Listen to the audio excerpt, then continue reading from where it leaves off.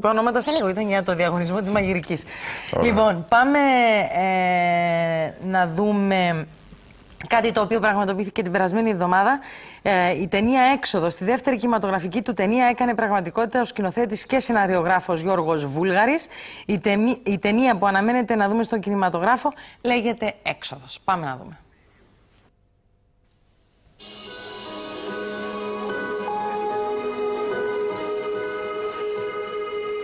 Σε μια κοινωνία της εποχής μας, τρεις διαφορετικές ιστορίες τριών διαφορετικών χαρακτήρων μπλέκονται μεταξύ τους μέσα από διάφορα γεγονότα, αναδεικνύοντας δράση, περιπέτεια, αγωνία και συναίσθημα.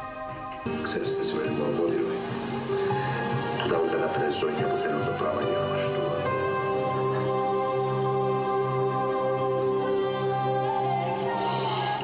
Πρέπει να το βρίσκουν μόνο σε μας. Τούτο σημαίνει επιτυχία. Εντάξει, στα γυρίσματα ήταν εντελώς διαφορετικά από ό,τι έχουμε δει μέχρι στιγμής σε άλλες ταινίες. Γι' αυτό ευελπιστούμε ότι είναι να βγει ένα πολύ καλό αποτέλεσμα με τον τρόπο που γυρίζεται όπως το έχει γυρίσει ο Γιώργος. Ποδίο με τη Λίζα, μια κοπέλα η οποία ερωτεύεται παράφορα τον Ρόμπερτ, τον Σοφοκλή Κασκαούνια, η οποία είναι παντρεμένη με τον Σοκράτη, τον αρχιμαφιόζο τέλος πάντων μιας ομάδας, στην οποία ομάδα εργάζεται ο Ρόμπερτ. Οι δύο ερωτεύονται και σε κάποια φάση αποφασίζουν να αποδεσμευτούν από όλες αυτές τις καταστάσεις και εκεί αρχίζουν διάφορα ντράβαλα. Είστε επαγγελματίες ηθοποιοί, μαζί σας έχουν παίξει και παιδιά τα οποία δεν είναι καν ηθοποιοί. Ήταν εύκολη η συνεργασία σας μαζί τους? Εγώ να πω ότι ήταν μια ευχάριστη έκπληξη για μένα η συμμετοχή μου στην ταινία. Είναι η πρώτη φορά που συμμετέχω σε ταινία, οπότε αντιλαμβάνεστε ότι το αντιμετωπίσαμε με ιδιαίτερη χαρά. Συνεργάστηκα με ανθρώπους που πέρασα όμορφα. Είχαμε δημιουργικές στιγμές που ήταν πολλά θετικό για μένα και ως πρώτη μου εμπειρία στον κινηματογράφο. Τώρα όσον αφορά αυτό που με ρωτάς, η κόρη μου εμένα ήταν μια μικρούλα 8-10 χρονών, αν έχω κάνει λάθος στην ηλικία να με συγχωρέσει, η οποία ναι, η μικρή δεν είναι επαγγελματίας. Αλλά είναι η μικρή που έχει απαχθεί. Ναι.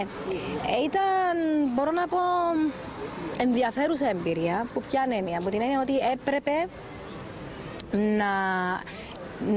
να επικοινωνήσω με το μωρό, να το κάνω να αφαιθεί, να λυθεί, ούτως ώστε να είναι πιο αληθινή σε εκείνο που κάνει. Για μένα το πράγμα ήταν μάθημα.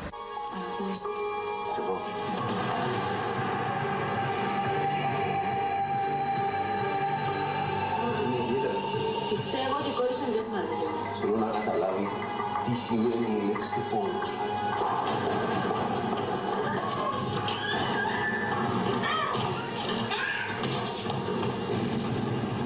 Είναι πολύ καλή προσπάθεια και το λέω προσπάθεια γιατί πιστεύω ότι ο Γιώργος Βούλγαρης μπορεί να προσφέρει πολύ περισσότερα. Το αποτέλεσμα που είδατε κι εσείς μέσα ήταν καταπληκτικό. Μόνο συγχαρητήρια μπορώ να πω αυτού του παιδιού και για το ήθος του και για τη δουλειά του και για τον επαγγελματισμό του και περιμένω πολύ περισσότερα. Εσύ γλυκιά μου, ήσουν η κόρη του? Ναι. Πώς ήταν στην ταινία? Ήταν ωραία. Με έναν απαγάγαμε και ζήτησα λίτρα από τον παπά μου. Και ο μπαμπάς τι είπε? Τι είπε ο μπαμπάς όταν ζητήσαν λίτρα? Θα τα δώσει ή θα κάνει άλλο παιδί? Θα κάνει άλλο παιδί.